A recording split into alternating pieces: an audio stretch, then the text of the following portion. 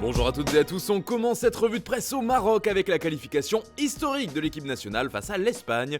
Les Lions de l'Atlas l'ont emporté au tir au but contre la Roja 3-0 après 120 minutes où aucun but n'a été marqué. Le Maroc est donc qualifié pour les quarts de finale de la Coupe du Monde pour la première fois de son histoire.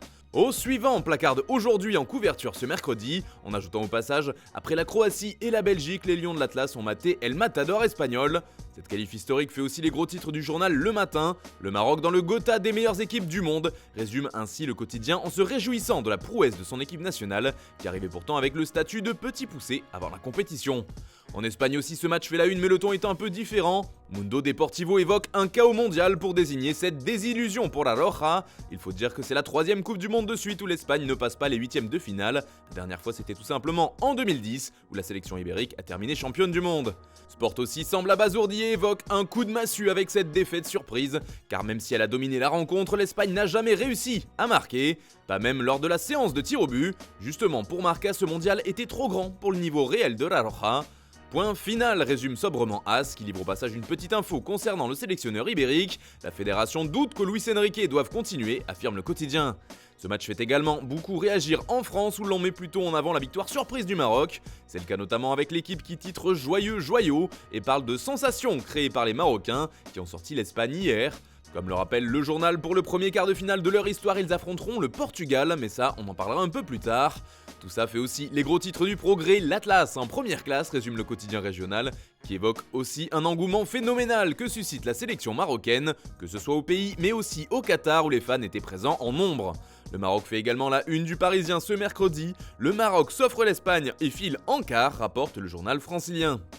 Et décidément, cette surprise fait aussi la une des médias anglais. Le Daily Mail fait dans le jeu de mots et parle de rockstar pour désigner les Marocains victorieux. Un homme est surtout mis en avant, Yassine Bounou, surnommé Bono, qui a été impérial. Le gardien de la sélection marocaine est certainement le héros de la qualif, élu d'ailleurs homme du match par la FIFA. Le Daily Mail ne s'y trompe pas en l'évoquant, et c'est aussi ce que fait The Guardian, porté en triomphe par ses coéquipiers marocains, et il l'est aussi donc par la presse anglaise. De son côté, The Daily Telegraph évoque plutôt la magie du Maroc, tout en se demandant qui a besoin de Ronaldo, car le Portugais n'a pas participé à la fête de la Seleção hier. On en reparle à la fin de cette revue de presse. Pour finir sur cette qualification du Maroc, même en Italie, elle a fait la une des journaux. En témoigne la couverture du Corriere dello Sport qui parle de massacre pour qualifier la déroute de la Roja, incapable de trouver le chemin défilé face aux Lions de l'Atlas. On revient en Angleterre car les tabloïds évoquent un autre gros sujet, Kylian Mbappé. Depuis la qualification de la France en quart de finale contre les Three Lions, c'est lui qui cristallise l'attention des médias anglais. Et c'est justement lui qu'on retrouve en une du Daily Star, avec un titre osé, License to Kill, titre le tabloïd, qui signifie permis de tuer, mais avec un jeu de mots avec le prénom de Kylian, car il est LA cible des Anglais pour ce choc en prévision. La sélection de Gareth Southgate prépare un plan contre le génie français après 2 ans d'espionnage, explique le journal, et c'est aussi ce que rapporte le Daily Mirror qui rentre un peu plus dans le détail. En fait, les Three Lions vont le traiter comme ils le feraient avec Lionel Messi. L'adjoint du sélectionneur Steve Holland compte bloquer Mbappé comme il l'avait fait lorsqu'il était à Chelsea en demi-finale de la Champions League en 2012.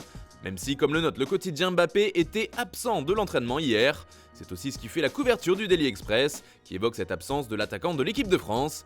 Toutefois, d'après plusieurs médias français, Mbappé était juste en récupération et il n'y aurait pas d'inquiétude quant à sa présence pour le duel contre l'Angleterre. On termine ce tour de la presse au Portugal avec la démonstration folle de la Seleção contre la Suisse. Les Lusitaniens ont balayé les Helvètes 6-1 dans un match à sens unique. Et comme je vous l'expliquais tout à l'heure, l'une des surprises était l'absence de Cristiano Ronaldo dans le 11 titulaire. Son remplaçant Gonçalo Ramos s'est particulièrement illustré puisqu'il a lâché un triplé tout simplement. Ramos fait l'histoire, titre record. Abola de son côté appelle Ramos le démolisseur. Même son de cloche en couverture du Correo d'Amana. Une star est née, résume le quotidien lusitanien, en rappelant que CR7 était bien sur le banc pour voir ça. Et d'ailleurs, ça n'a pas forcément plu au clan Ronaldo, même si la star du Portugal est restée très sobre dans sa communication après la rencontre. Sa femme Georgina Rodrigues y est allée de sa petite pique sur Instagram. Félicitations Portugal. Pendant que les 11 joueurs chantaient l'hymne, tous les objectifs étaient braqués sur toi. Quel dommage de ne pas avoir pu profiter du meilleur joueur du monde pendant les 90 minutes. Les supporters n'ont cessé de te réclamer et de crier ton nom. J'espère que Dieu et ton cher ami Fernando continueront à nous tenir la main et nous faire vibrer une nuit de plus. Maintenant reste à savoir comment le sujet Ronaldo sera traité au Portugal pour le quart de finale à venir contre le Maroc.